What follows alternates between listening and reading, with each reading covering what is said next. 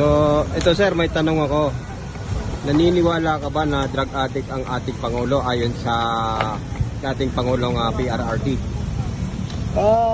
Ako naman, sa pananaw ko, maaari natin sabihan ng isang tao ayon sa gusto natin, pero parang demanda lang yan eh. Yung pagpapatunay na pakahirap. Kasi ano mang bagay na di mo gusto, pwede mong gawa ng paraan. Pero pag gusto mo, pwede rin gawa ng paraan.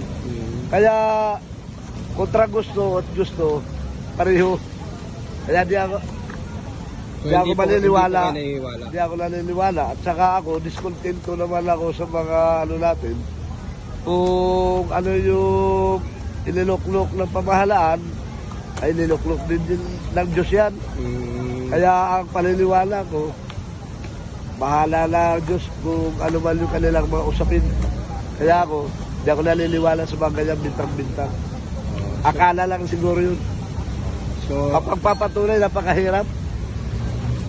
Ganun lang ako.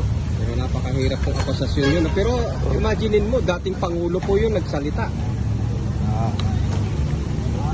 Hindi ko lang alam, magkaibigan man sila dati. Tapos, ganun lang po ako siya.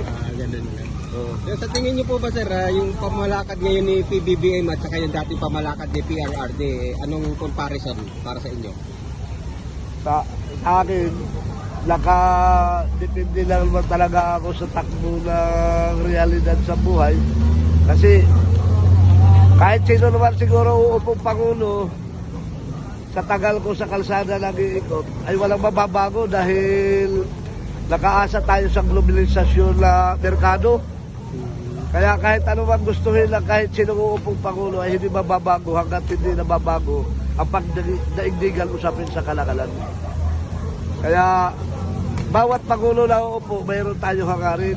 Mabago ang ating gobyerno dahil yun ang plataforma natin.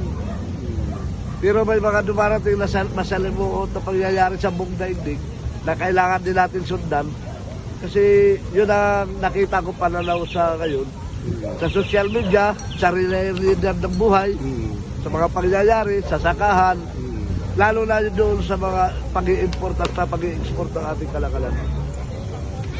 Ito pa sir, ayon kay Duterte, Senador dating Presidente Rodrigo Duterte, gusto niyang ihiwala yung Mindanao sa Pilipinas.